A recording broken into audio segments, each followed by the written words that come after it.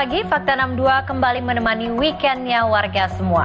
Awal hari Minggu ini bersama saya Ratu Nabila, kita langsung ke rangkaian fakta pertama. Polisi menetapkan guru pembimbing sebagai tersangka atas kasus tewasnya siswa SMP usai senapan rakitan yang digunakan dalam praktik sains meledak. Guru dianggap lalai melaksanakan pembelajaran yang membahayakan. Sementara dugaan kelalaian sekolah masih didalami. Berikutnya, gara-gara postingan Facebook, bapak-bapak tikam seorang ibu rumah tangga yang juga tetangganya. Cekcok berujung maut berawal pelaku tak terima dengan unggahan korban di sosmednya. The power of mama scrolling sosmed ternyata ada yang bermanfaat. Seperti kejadian berikut ini.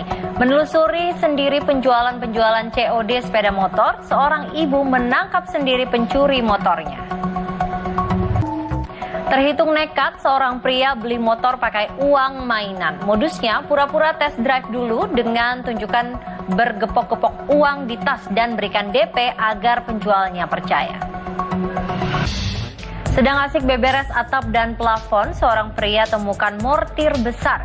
Amunisi ini tergeletak di bawah tumpukan besi-besi tua. Kaget dan takut meledak, lelaki ini langsung hubungi perangkat lingkungan setempat dan petugas. Maling susu bayi di minimarket terpergok, dari tangan pelaku didapati setidaknya 8 kaleng susu senilai jutaan rupiah. Pabrik gas tawa whipping ilegal di Jakarta digerebek, sebenarnya digunakan di dunia baking untuk membuat whipped cream, namun banyak disalahgunakan dan berbahaya. Juga faktanya masih banyak diproduksi dan dijual.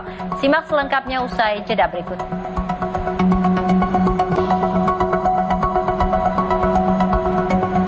Masih bersama Fakta 62 Weekend, menuding perempuan yang juga sebelumnya datang ke salonnya mencuri parfum dan skincare, pemilik salon lakukan aksi yang berbuntut panjang.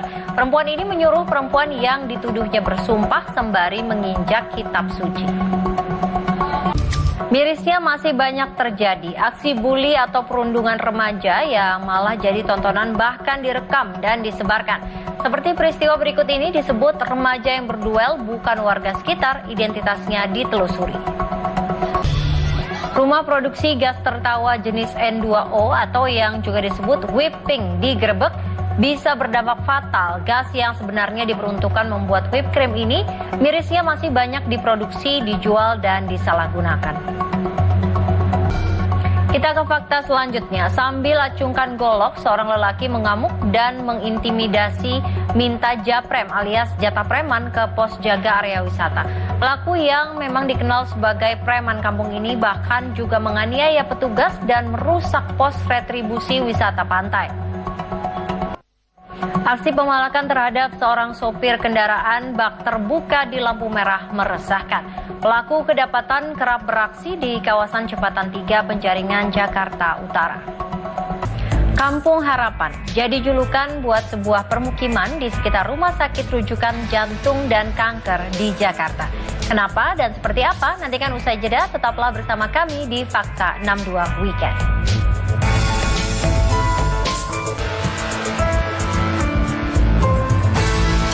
Masih bersama Fakta 62 Weekend. Setiap kampung punya cerita bagi warga penghuni juga sekitarnya.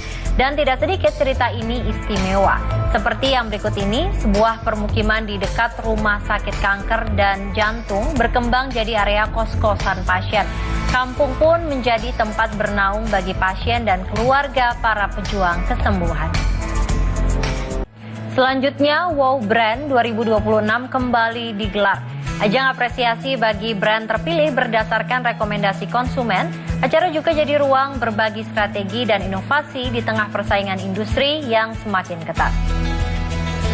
Pemerasan di jalan, modus pelaku pura-pura tertabrak ataupun terlindas mengkhawatirkan. Simak fakta ini sesaat lagi, tetaplah bersama kami di MDTV.